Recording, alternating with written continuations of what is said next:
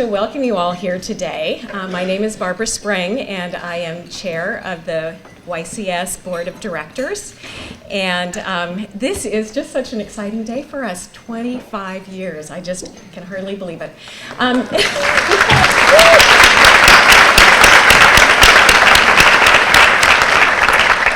That's the spirit. So how many of you have been to one of our luncheons before? I think this is about our sixth. Oh, a lot.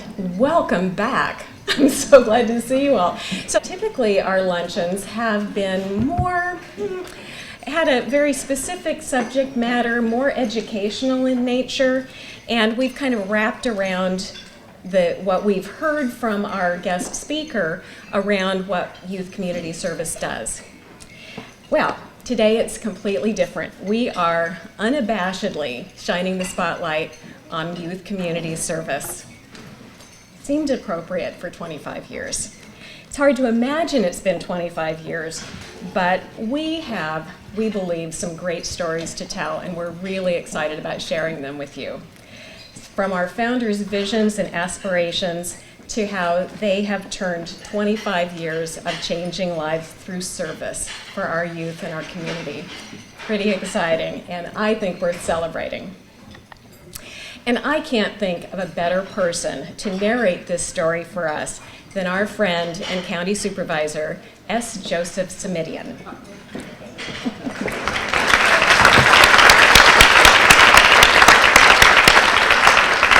I think most of you in the room already know Joe, but so I won't go into any biographical detail, but I will just say and acknowledge and thank him profusely for having always been an avid supporter of youth and our community and dedicated to public service.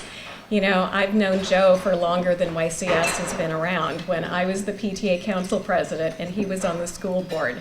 And I have marveled as he has been elected to different positions, from school board, city council, to county supervisor, state assembly, and state senate, at how he has been such a steadfast and wonderful representative for our communities. So with that, I would like to thank him for being here, and thank you for being here, and I'm turning it over.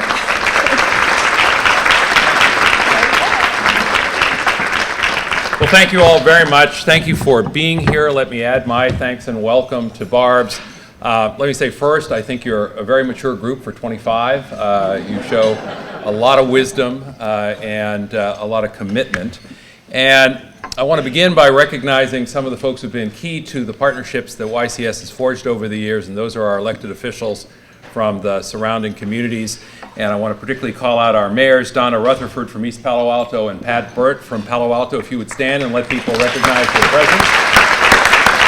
There's Pat. Mr. Mayor, Madam Mayor, and Mr. Mayor, you and I will talk about the parking a little bit later if we may, please. Thank you. And then, that's right, I should have had a flat. That's the only reason I didn't ride my bike, Pat, is because I had a flat. So, then we also have council members. I don't know if Tom Du Bois is here yet from the city of Palo Alto, but I know that our friend Larry Moody is here from the city of East Palo Alto City Council. Larry, would you please stand and let us recognize you?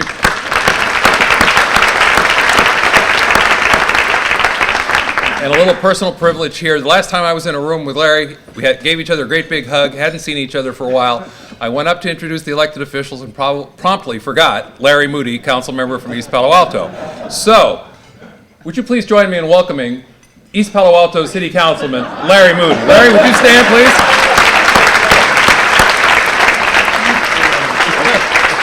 All right. Now I'm good. You're good. School board members, because that's a key part of the partnership. Sharifa Wilson from the Ravenswood District. Where are you, Sharifa? Did I see you in? No, not here yet, but how about Heidi Emberling, the president of the Palo Alto School Board, who I know is here. And then after the school board members say it shall be done, they turn to the superintendents, who actually have to make sure that it will be done. So let's welcome from our own Palo Alto Unified School District, Max McGee. Max, please stand. And someone that's been my pleasure to work with across county lines for a great many years, from the San Mateo County Office of Education, County Superintendent Ann Campbell. Ann, would you please join? Thank you. And I understand that we have someone here from San Mateo County Supervisor Warren Slocum's office. Maya Perkins, where are you? Here. There you are, right there in front of me. Thank you. Please send our thanks to Warren for letting you slip away for a little while and learn a little bit more about YCS. I know you already know a lot and are engaged, but we're delighted to have you here. And then some of you will know, most of you will not, that there's like a DNA thing in the elected official gene. It's a long time thing. It comes to you. And so there is a high school student body president who is here from Gunn High School, Isabel Blanchard, the student body president. Let's recognize her.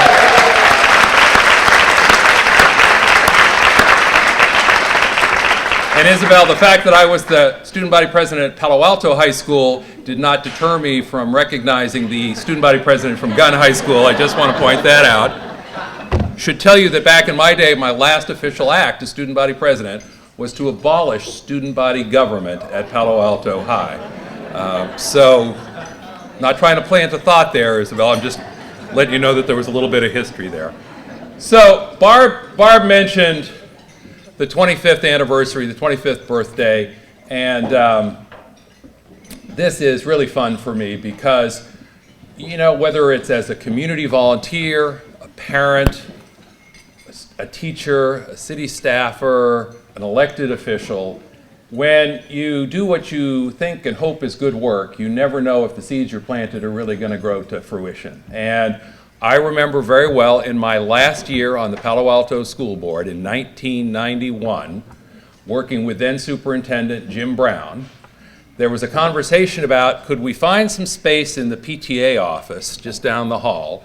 Now I got to tell you, the PTA office where Barb Sprang was then hanging out was actually a closet. Okay, I don't mean that, and I don't mean that in a hyperbolic way. I mean it really was a closet, but it had been repurposed to be an office for the PTA. And so Jim, in the really sort of delightful and friendly way that he had, approached Barb and said, "Wouldn't you love to share your office/closet with somebody from a new and emerging group that wants to work on youth community service?" And she, of course, said yes. And by virtue of that close physical proximity, became an immediate and early supporter of YCS. And our board, back in 1991, was among the school districts and cities that came together to said, we have a common purpose, we have a common task, and we can do so much more, and we can do it so much better if we will all work together across some of these artificial boundaries. And I think if you're in the room, you don't need me to pitch you on the value of service. You're fundamentally a believer if you're in this room. I think sometimes we tend to focus only on the piece of the service experience that is meaningful or important to us. So we may think about the opportunity to do good works for others. We may think about the satisfaction that comes from doing those good works, but there is so much more to what that service experience provides and what YCS has been providing for the last 25 years. Because there is also, and you'll hear from some of the students in a little bit, there's also that extraordinary sense of accomplishment that comes from realizing that something you didn't think you could do not only could be done, but was done by you and was done well, and is the first of many successes that a young person is going to have in their life. That's a tremendously affirming experience that YCS has been giving students for the last 25 years, as well as the satisfaction, as I say, of making a contribution in the community, also opening up career possibilities that otherwise might never have been on a young person's list of things to think about, the realization that not everyone else is as blessed as folks in our community may be, and an understanding of our connection to them. All of that comes from the service experience and from the work that YCS does. Now, YCS is not the only service learning organization in the region, the state, the nation, but it has a particular, I think, strength, and that is the willingness, ability, determination to work across these artificial boundaries. And you know which artificial boundaries I'm talking about. I'm talking about Highway 101, which sometimes to me seems like the widest highway in America. But I'm also talking about the artificial boundaries between cities and school districts, between one county and another, between nonprofits, business folks, governmental entities. And what YCS has done is it said from day one, well, we got to get their cities involved, and we've got to get our school districts involved, and we've got to partner across all these artificial boundaries. And if we do that, we can not only do more, but the breadth and depth of the experience we are going to give these kids is going to be even greater. And of course, the partnerships don't stop there, because if you spend a little time talking to anybody from YCS about what they've actually been doing in terms of their service, you're suddenly going to hear about all of the nonprofit partners who have been integral to the success of YCS over these years, as well as folks in the business community who have stepped up to play a role. So it is about service learning. It's about all that service learning can entail. It's about crossing these artificial boundaries. It's about pulling partnerships together. And while it's great that we are here to celebrate the success after 25 years, I would be remiss if I didn't take a moment to mention that someone is looking for a vegetarian entree, apparently. Is that what we're... That's good. Just raise your hand if you're a vegetarian entree person. Okay. In my family, the one thing we always remembered is it's always about the food. So I would be remiss if I didn't mention these are challenging times.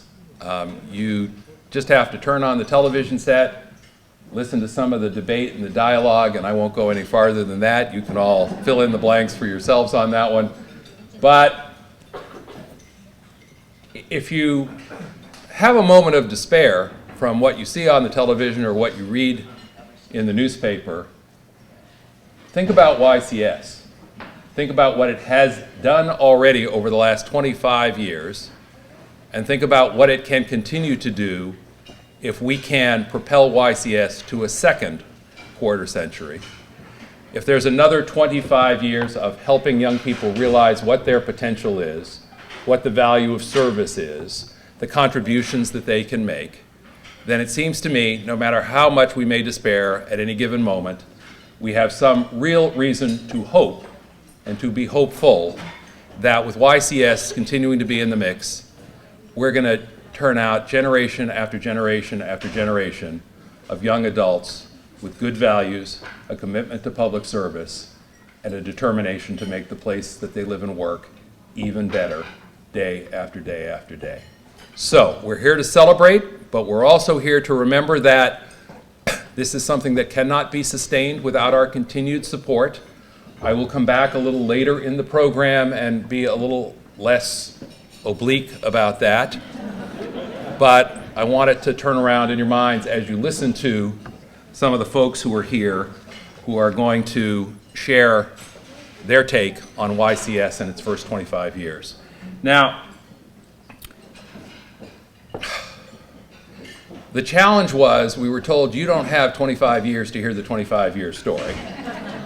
So we want to try and do this as briskly as we possibly can. But there clearly are some key chapters in the YCS book of stories that we ought to share today and that we ought to take a moment to remember.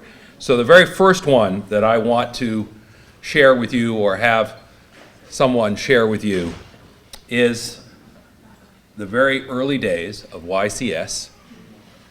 What was the aspiration? What were the goals? What was the inspiration?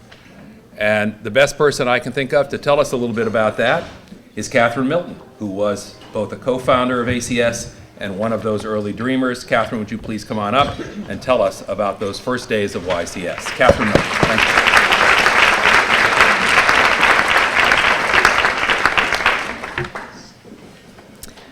Thank you so much for your inspiration and for your service. Well, I was thinking about why did I want to help to be part of the team to start YCS? And what actually flashed into my mind was an actual incident that happened. You know how when you go on a trip, when you come back home, sometimes you look at things differently than you used to. Home seems a little different and you can have sharper eyes. Well, that happened to me one night as I'd been picked up by my family, and I had just returned from a month in South Africa. This was in the mid 1980s. I was working at Stanford, and I'd been sent there by the Kellogg Foundation to find if there were ways that we might create some ties with South Africa and students. And I have to say, this was right during the worst days of apartheid, and I had seen some pretty ugly things and some hard experiences. And I was telling my family about it, and I was sort of engrossed in that. And as we're driving on 101, we came to that bridge, which drove us East Palo Alto on one side, Palo Alto on the other side. And it struck me, oh my God. I mean, it's not apartheid here, but it's economic segregation. And it was just so stark. And I realized I had 2 school-age children who were in the public schools in Palo Alto. And there was not a single African-American student in the school. We went to a church where they didn't have any kids African-American or Hispanic or anything in the school, the church school. And in Cub Scouts, where I was the dead mom, we didn't have that. And I thought, this isn't right, something's wrong, and I'm going to try to do something about it. So that was there in the back of my mind. And one day, one of my former students, well, actually she was a student then, and I'm sorry she's not here today, Megan Sweezy, who many of you know, came running into my office and said, hey, I talked to Kay, who's over here from the Y, and said, there's an idea that we might be able to start a service program, and do you think we could work with them to do that? And I thought, aha, we might do a service program for school-age kids, and maybe that could become the bridge, because young people are the best way to build a bridge between the communities of Palo Alto and East Palo Alto. So I was not only willing to help, but I was all in. And I knew from my work with Stanford students that getting involved early on in community service was something that was incredibly important for young people. And I also knew that students were the best to be able to build the bridges sometimes adults couldn't build. So then we started the hard work. And I must tell you that building a collaboration sounds awfully good, but when you're actually there and you're on your volunteer time, lunch, dinner time, trying to do it with Jim Brown, who was superintendent of schools, Charlie May Knight, who was from Ravenswood, Kay, and actually Megan and myself, we sat there, and it probably took us over a year to sort of develop what did we want to do, how are we going to do it, how are we going to raise the money, and then to set up sort of the whole legal framework of the organization. But I must say, all of that hard work was worth it. When we had the first big gathering, and I think it was like 100 students from Palo Alto and East Palo Alto, and we gathered out what used to be Sun Microsystems out there, and we had a big training meeting, and it was really fun, and we had people to train them on how you do a meeting and how you make decisions and all that. And I was just sitting in the back of the room thinking, oh, this is terrific. And one of the first tasks they had was to decide what was going to be the first service project. And you know what they wanted to do was to pick up trash on 101. And I was a parent, and I'm going, oh my God, I can't believe this. But luckily, some other students got involved, and they ended up saying that they want to do something in the Baylands, and so it was all good. Phew. Now, I want to say that you're going to hear from others about all the great things that YCS has done. But one thing you may not know is that YCS has an influence on everybody involved, and it had a big influence on me.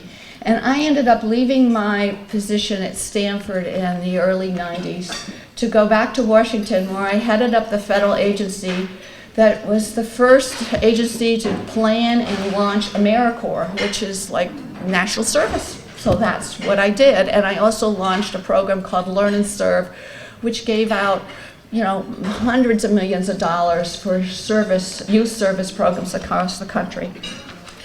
And I only say this is because I was able to take the experience of working and doing the hard work at the local level, building a collaboration, and the experience of seeing the young people and what happened to them, and I was able to drill that into the national programs.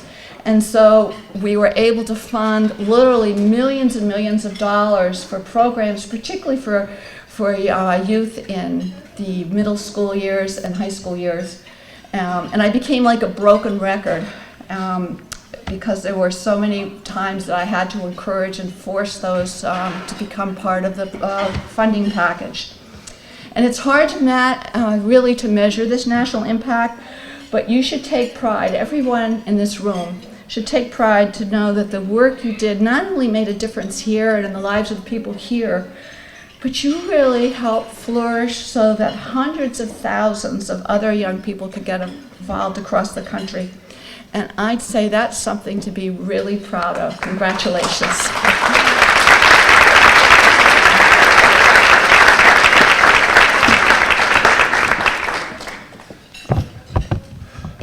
Once more. Thank you. So that's the start, but then there's this effort to work across these boundaries that I referenced earlier, particularly across the 101. So I want to ask Becky Beacom and Faye McNair Knox to come and talk to us about the importance of YCS's early effort to work across that artificial boundary. And actually, if we could have all of our subsequent speakers, including the students who are going to speak in a little bit, come on up and take their place, that'll help us move right along when we get to your part of the program. But right now, please join me in welcoming Becky Beacom and Faye McNair Knox.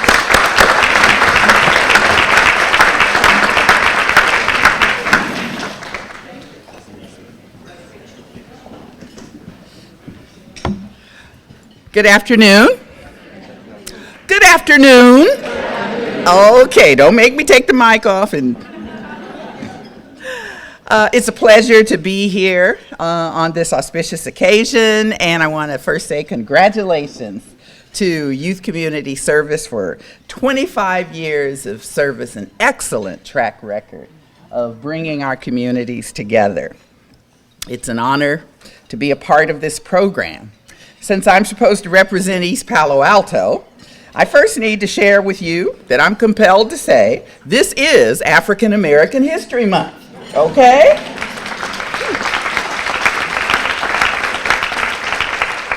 So I greet you in that spirit, and especially in the spirit of neighbors, East Palo Alto and Palo Alto. I have a daunting task on two levels: to summarize 12 years of a mutually beneficial partnership between my nonprofit, One East Palo Alto Neighborhood Improvement Initiative, and Youth Community Service. And to do that in 4 minutes. Yikes. How does one do that? Well, I did a lot of hand-wringing, cut out all the pre-poems, the after-poems, the jokes, and said, let's just stick to the script and get the message out there that we want to share today. So excited to be on the same stage with Catherine Milton, who I had the pleasure of meeting and working with at Stanford University when she, just a woman of incredible energy, powerhoused her way into changing the whole norm at Stanford University of bringing students into public and community service and institutionalized it. And I was a part of that, and one of the things that we were just reminiscing about is the fact that we had ethnic-specific institutions at Stanford, and all of those institutions felt that we were doing community service, but when the president called for public and community service, it set up an initial tension. Catherine was great at working with us through those tensions, and we were able to get everybody on board with that movement at Stanford. And that institution is still there today and is still working in East Palo Alto. Congratulations, Catherine. Catherine's absolutely right. Young people need to grow up with the value of equity and with friends from diverse backgrounds. And more than friends, authentic relationships where you can get below the surface of who am I Who are you, and how do we work together? One of the ways to do that is in this community and public service context. Students need to feel connected and valued by their community. It's important to their social, emotional learning and well-being. In East Palo Alto, we struggle with young people who are disconnected. And unfortunately, disconnected young people will sometimes get into activities that are harmful to themselves and to the community at large. So this notion of connection is extremely important, not only for the health of individuals, but for the health of the communities in which those young people live. I am reminded, because it's African American History Month, of one of my heroes, Dr. Samuel DeWitt Proctor, who talks about the concept of bridge persons. A bridge person is someone who carries the message both ways. It's not afraid to say the tough things that need to be said. And even though we have an African American president who says he's not an African American president, he's everybody's president, and that is something historically that some of us felt we would never see in our lifetime, we have made that progress. But it doesn't mean that the social scene has changed that much. And we still are struggling with a lot of the same problems that were there before Barack Obama. And so we have to keep working. But Dr. Proctor says we all need to be bridge people if we are going to tackle those difficult issues in American society, the issues that began with the whole notion of race and the color line and have just sort of proliferated from there. And one of the things that we need to do is in that bridge person role is that we need to create a family of justice and love. We need to make justice a public issue. We need to practice selfless love, and we need to eliminate social impediments. And most importantly, we need to do it together. And I am so excited that One East Palo Alto's mission is to improve quality of life in East Palo Alto, and we have a lot of work to do in that regard. But we don't do it alone. We do it collaboratively and in partnership with over 75 organizations, in fact. YCS has been a key partner in that work. And I do have to say, we just celebrated 15 years, so we're a little bit behind YCS in longevity. But as I did that walk through memory lane of pictures and videos trying to say, what do we want to highlight? Guess who was in almost every picture and scene that I came across? Leif Erikson.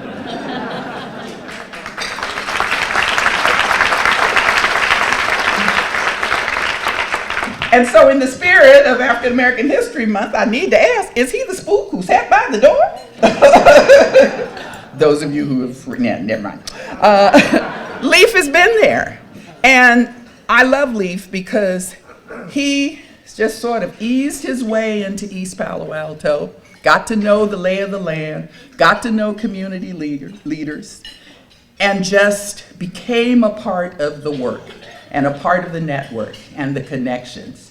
And over time, he became an essential part of the network. And then he became a partner and a funder, a fiscal sponsor, and someone who was not only practicing the YCS message, but making it possible for us to bridge our two communities in amazing ways that has never happened in my lifetime. So Leif, I want to say, is the right man at the right place and in the right time in this important work of bridging our communities. And my time is up. So I will stop there. It's been a pleasure, and I wish YCS 25, 50, 100, and many more years of service and success. Thank you.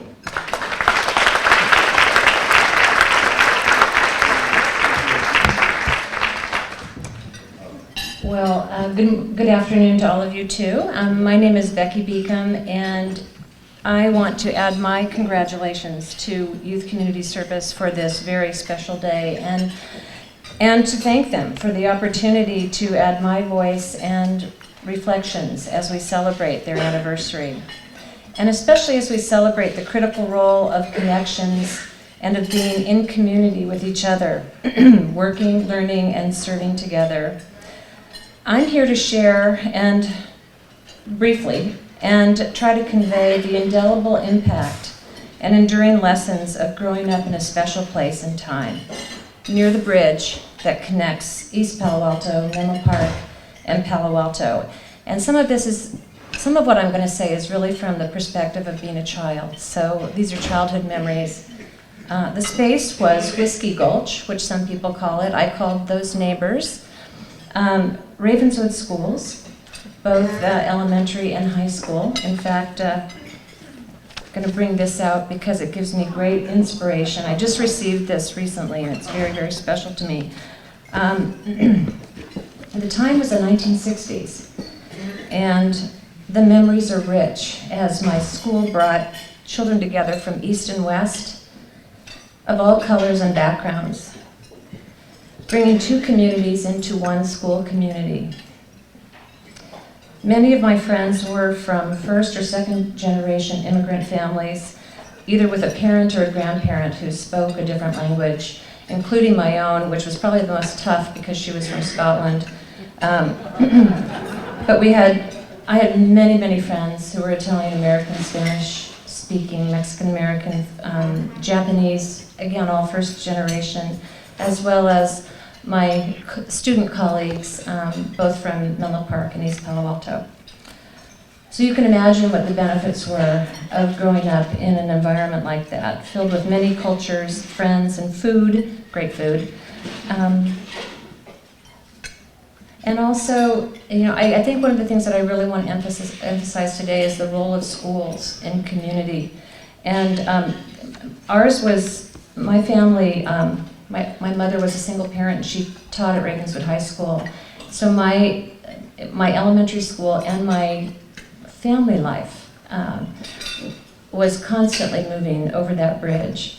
And Friday night, and maybe Dr. McNair Knox will remember the Friday night football games. I would get out of school early. Mom would pick me up and be a car full of kids, and we'd drive over to the games. And Friday nights were, after the football games, were Harry's Hamburgers, and just rich, rich, rich memories that it's hard to separate school from family and friends, from community. The time, as I said, was in the 1960s, and seeing this very powerful message in Dr. King, I remember it began very simply, but we all grow, and as I turned into an adolescent, I turned 13, and you know how 13 is a powerful time, but I turned 13 in 1968, and remember very much a turning point with the assassination of Dr. King, and how we leaned on the power of our friendships and our connections to make some kind of sense of what we were all feeling, our shared experiences, and our experiences that were incredibly unique based on where we came from. So, as Dr. McNair Knox said, it's very impossible to bring all of that into one picture for you, but I think what Leif really wanted me to do was to share what some of those lessons were like and the value of blending communities into one school community, and what that looks like in a now 60-year-old. And many of you out there work with me, so maybe you'll see some of this. I hope you'll see some of this in the work that we do together. Some of the lessons that I learned are to question misperceptions and to question stereotypes, the awareness of school as a community in and of itself, and the value of community schools in children's development and health and important connections. The value and importance, as has already been mentioned many times today, of equity across schools. The powerful effect of that environment has on children, and the structures, the policies, the boundaries, the decision-making that occurs there, and that adults are responsible for those environments that children grow up in. And that structuring, I was lucky enough to be unconsciously gifted, to be born into that, that time and space. But there's value to having to sometimes structure it when those natural opportunities don't exist anymore. I also learned the value of discipline that comes from hearing and taking tough questions, and have learned to ask those tough questions myself. And lastly, an appreciation of organizations like Youth Community Service who consciously and proactively choose to bring our communities together in friendship and service.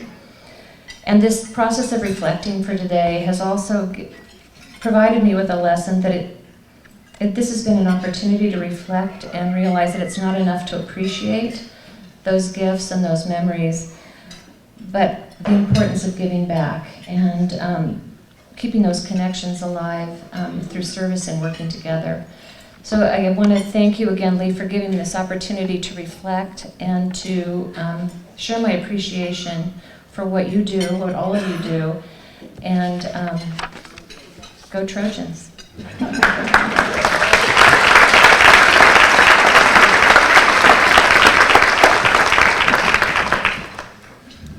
So, out loud, count of three, what's the name of the organization? 1, 2, 3. Oh, what? This is clearly a group that needs some adult supervision. Let's try that again.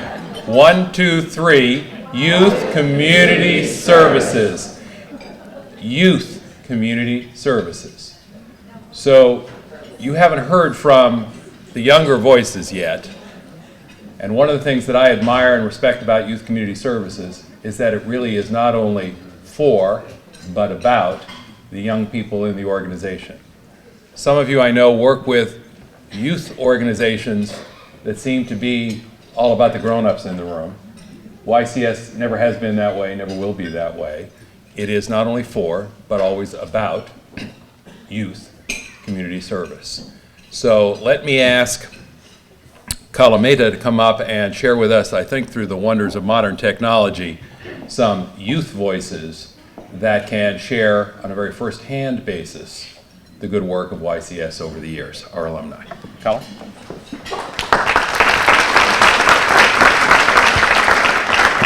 So, my name is Kala Mehta, and I'm an alumni of YCS and also a current board member. And we're going to just queue up the, thank you. We're going to just queue up the youth voices for you, but in the meantime, I'd like to share a few of my personal experiences with YCS. I'm really honored to speak to you today as it's the 25th anniversary. This organization has profoundly given me so much. You see, my connection to service runs very, very deep. My family is from India, and not just any part of India, but from Gujarat, the birthplace of Mahatma Gandhi. I remember when I was a young child, my grandparents telling me stories about Mahatma Gandhi and his legacy of service. What he taught, basically, is that any person can serve, no matter how young or old, and I really took that to heart. But you see, I didn't grow up in India.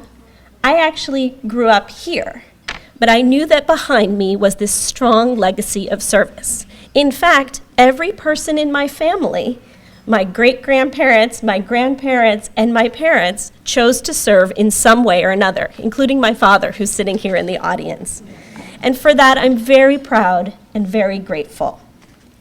I was very lucky that I found the YCS Club in my first few days at Gunn High School.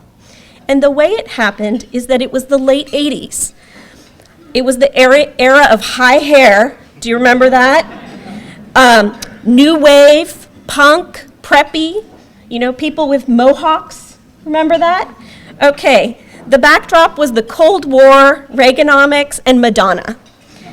One of my first weeks at Gunn, I walked out onto the quad at lunch, and the entire quad was filled with people holding hands, linked in a big chain all around the quad. At the center was Coach Peters, and in front of him was this giant jar filled about halfway full with pennies. And I was wondering what that was all about. I had no idea, so I asked my friend Kaylee, what's happening? I have no idea what this is. We've only been at Gunn for a few weeks. Why is everybody holding hands? And she told me this was part of YCS. This was part of the service club on campus at Gunn. And what they were doing is the Pennies for People program, where they were raising money for what Dr. Milton was talking about earlier, for students and a vaccination program in South Africa. And so what I really recognized when I was looking around this circle and all the people were holding hands and they were raising pennies for people is that it drew together people from all of those groups. We had New Wavers and punk and people who were preppy, all together serving a common purpose. Another pivotal moment that came to me through YCS was that, honestly, before YCS, I had never truly met someone who was very poor or who was homeless. I had signed up on a volunteer shift to be part of a soup kitchen, to serve in a community nearby. And I remember my first trip was a little intimidating. There were these big vats of food, long ladles of handles, and I wasn't quite sure that I was going to be actually able to do all of the tasks that were given to me. My job was to put little pats of butter on a little plate and also to ladle some stew for the person. There were lots of people in line, and we went through them one by one, and I remember one man in particular. I was nervous. I barely made it putting the plate together, but I didn't spill anything. I was lucky. And the gentleman's eyes met mine, and he met them with kindness.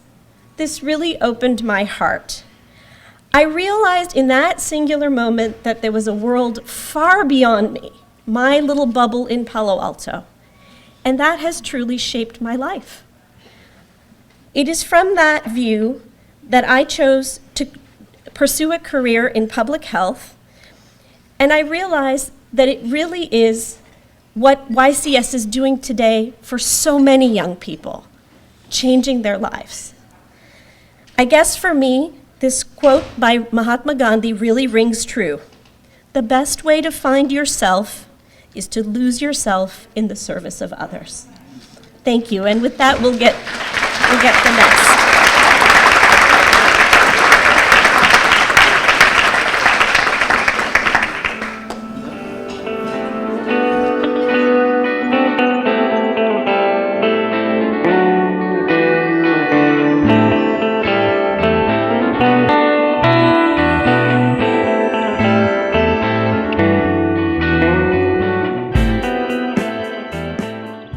My name is Smita Maharaj, and I'm currently a senior at Cal State Long Beach. I was in YCS in 2009 and 2010, and it was such a great experience for me. I loved all the community values and how supportive my group was. I think the most valuable experience I took from there is that it doesn't matter what community you grew up in. You can do anything you set your mind to do, and that's what YCS taught me.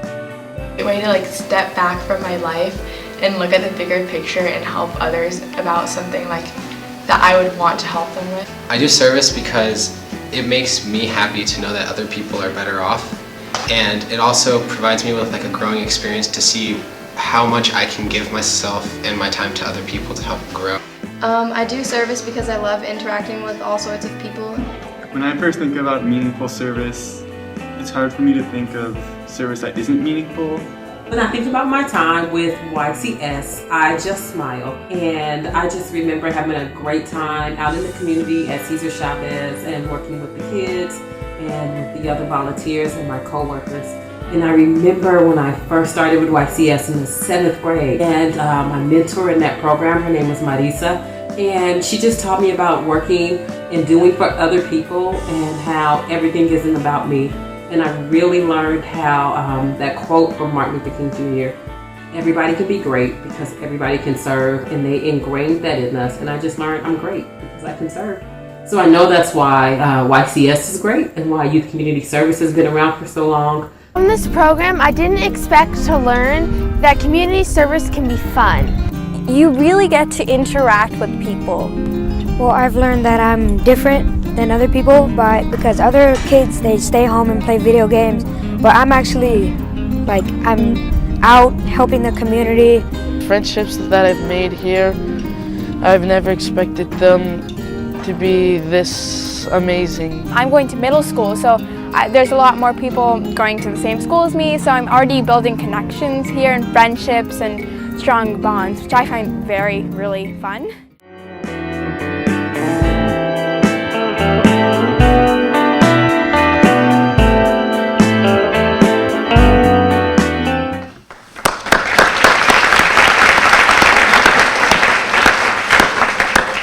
So we've heard from the earliest days, we've heard about the work over the course of 25 years, we've now heard from some of the alumni in the program who've been able to share just how YCS touched their lives and affected their view of the world that they were going to grow up and be part of. And now it's time to hear from some of the current students. I'm going to ask Eneko Tsuchida to bring up Lisa Howe, Corey Gong, and Rafael Zumaraga. Would you please join me in giving them a welcoming round of applause?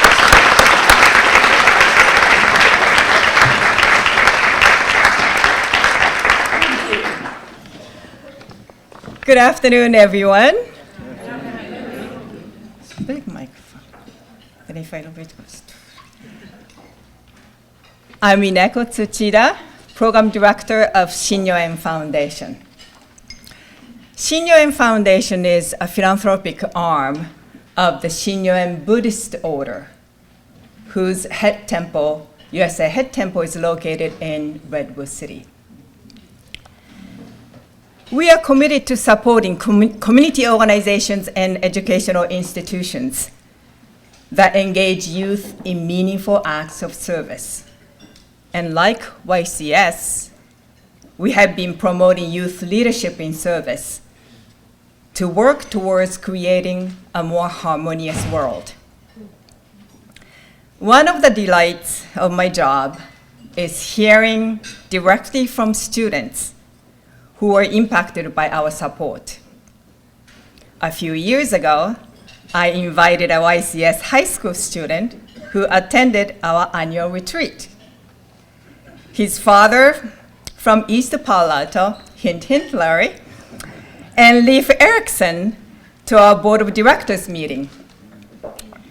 At the meeting, the student described vividly how he couldn't wait to tell his father before he stepped into his house how unexpectedly life-changing experience he had at our annual retreat. That's why we do what we do. Our motto is give, grow, transform. We give our support to community organizations like YCS. And they can grow services that inspire youth to transform the world into a better place. Our long-term relationship with YCS wouldn't have been possible without our partnership with Leif. He keeps me informed about the progress, challenges, or successes of his programs, staff, and students. He has also done much more for our foundation and our grantees than I can expect from any of our partners. For example, he acted as a mentor to one of the newest grantees in Palo Alto by sharing his contact with the funders. He also provided a young Shin-Yo-en member who is here with us today, Michael, with an internship at YCS. These small, nonetheless valuable acts of kindness are what we want to promote and instill in youth. In recognition of Leif's leadership, we asked him to become a senior Shin-Yo Fellow last summer. Senior Shin-Yo Fellows are individuals who model life of compassion and service and lead them by their own examples of path to peace at work and in daily life. They are considered to be exemplary leaders in the field of education, service, and other related fields. In today's audience, I see how the successes of YCS over 2 decades have brought together city and county officials, community and school leaders, and parents and students. It is our pleasure and honor to join this collaborative effort to continue supporting YCS now and beyond. Congratulations to YCS leaders, staff, and students.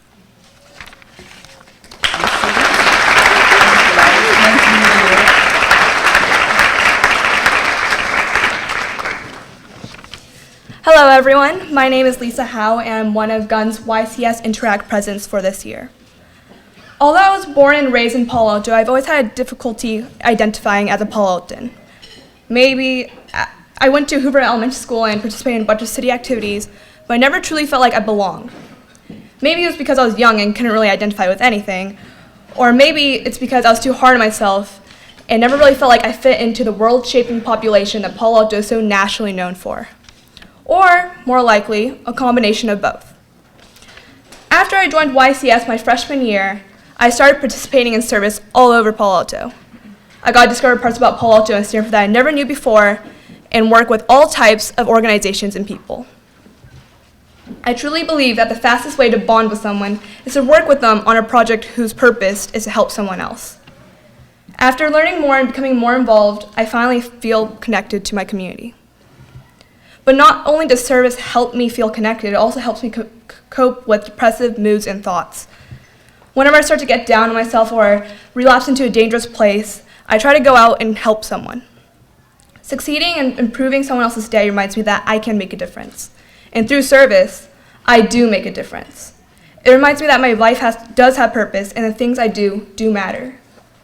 And that's probably the most important thing I've learned throughout my time at GUN and on YCS, is that all of this, our world, our lives, you, me, it does matter. We all matter. And we matter because all of our actions create ripples, and those ripples, no matter what size, can alter the courses of other people's lives. And every one of us is a life changer, and every one of us is a world shaper. And I hope that throughout the rest of my term as co-president, I can continue to inspire others to discover their own passion for service, and for them to realize that they too change lives and shape the world. Thank you.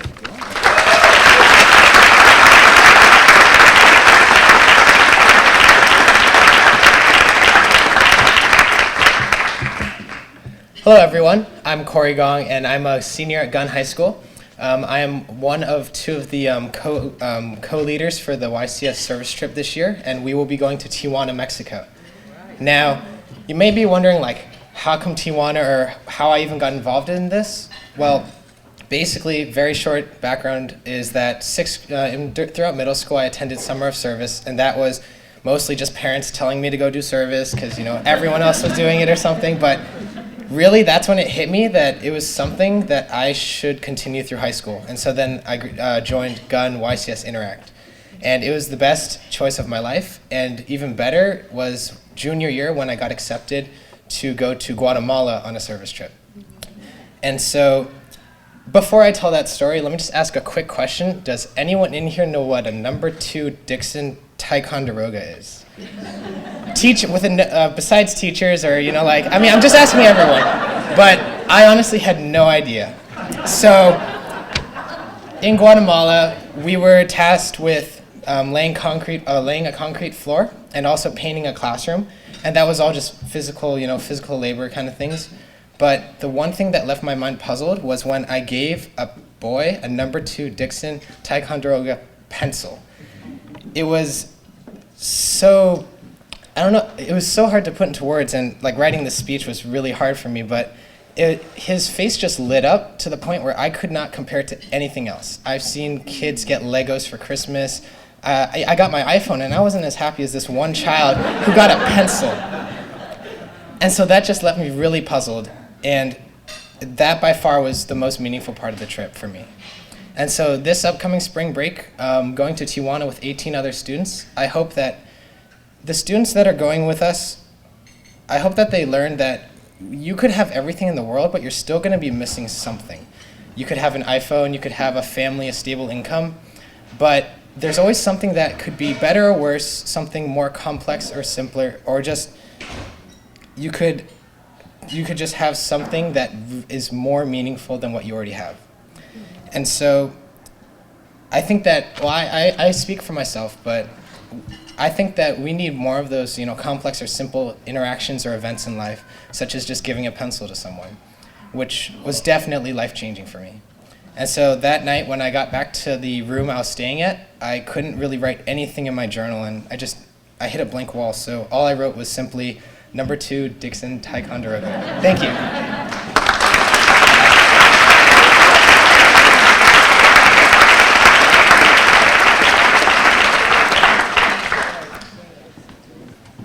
Hi, my name is Rafael Zumarga. I'm a senior at Manuel Atchison High School, and in my program, on the program I attend, I'm a peer mentor for freshmen and sophomores, and that are first generation college students. But that's just where I'm right now. My beginning starts back to 2013, where I met someone I consider my mentor, Vanessa.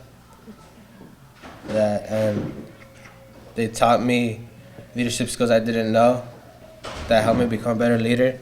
And also with Ineco and the Marconi Conference retreat, we facilitated groups and taught me how to interact with other people. And I guess it also taught me that everyone does matter. Because for a while I thought, well, the only person that matters is me. that was me just a couple years ago, but through those retreats and through talking with other people that are in YCS, I learned that everybody matters. I guess I've changed since I've been in YCS, because it has taught me to be thankful for everything I have. And I know that we're in a country where we're almost given everything, or a lot of people have everything they need, but I don't know, I think his name was Corey, he was saying, so giving someone else something small can lead to something, it could be really big for them. And to me, that's what community service is, doing something small for a bigger purpose.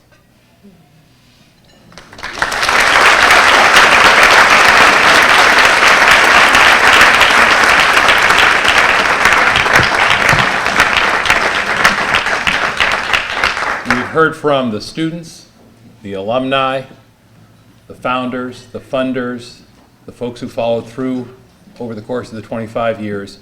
Please join me in giving them one more round of thanks for all their good work.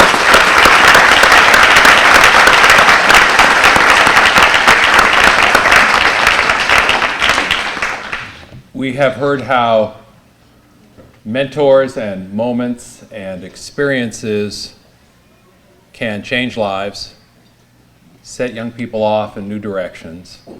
And I know I don't have to convey to you the importance of that work because you're already here.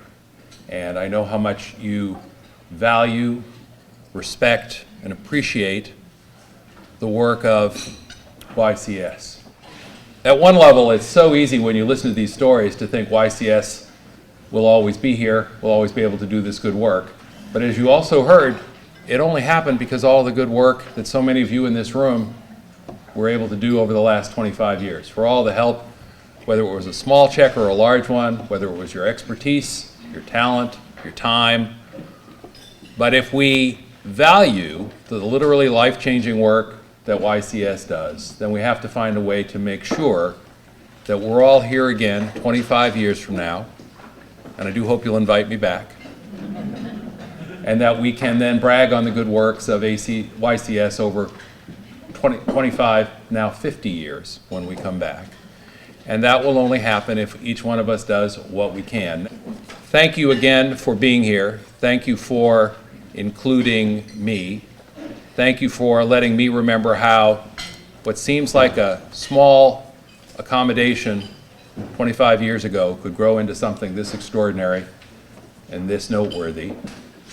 And before we let you walk away, I'm going to introduce the one person in the room who truly is the man who needs no introduction. Please join me in welcoming Leif Erikson to make some closing remarks. And thank you all again.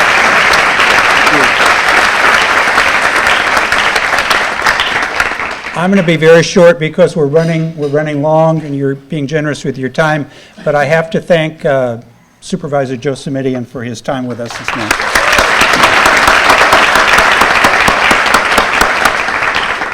And thank you also, in the programs, our generous sponsors and table hosts are listed, including Lucille Packard Children's Hospital, Palo Alto Medical Foundation. We're so grateful for their support, and for Marlo Kitsch, who provided the cookies, and the Oaxaca Kitchen, and their staff for their hard work in preparing and serving the food. So let's take a moment to thank them.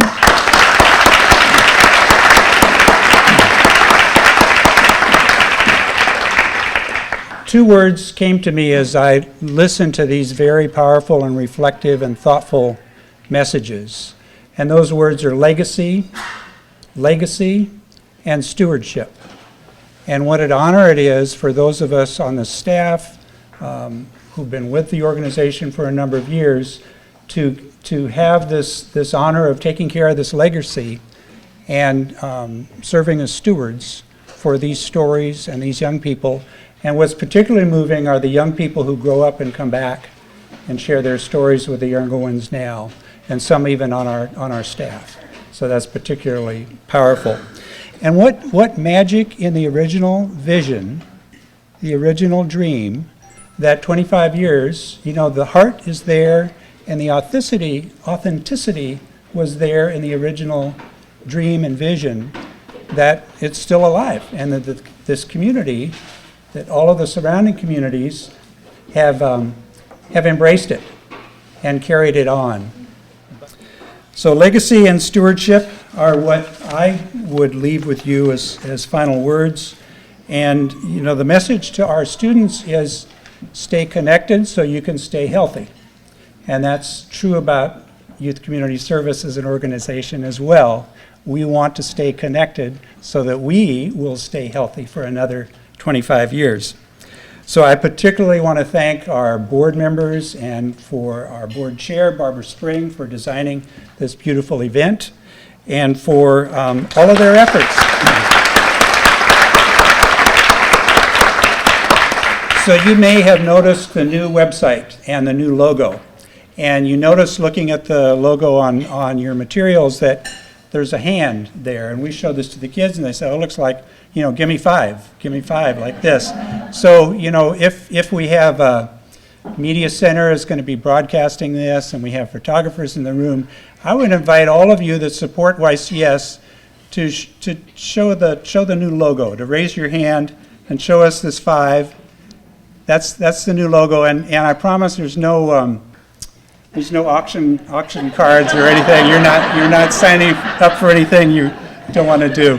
And for the media center and the photographers, I would invite you to stand up. We're at the end of the program. Time to stretch. And take your hand, and with your other hand, draw a heart. Draw a heart in the middle of your palm. So that's the new YCS logo. The heart on the palm, our heart in our hands in service, our hearts in our minds. And put your hands and hearts together, and thank you.